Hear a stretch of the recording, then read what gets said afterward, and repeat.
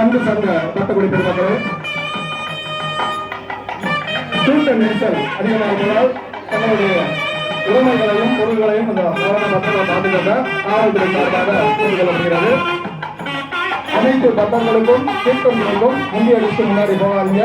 எல்லாருக்குமே தீர்த்தம் தெரிவிக்கப்படும். யாரும் முந்தைய லிஸ்ட் முன்னாடி போகாதீங்க. ஒரு அன்பான வேண்டுகோள். அதே மாதிரி கும்பாபிஷேக வருகை புரிந்த பக்தர்களுக்கு ஒரு முக்கிய அறிவிப்பு.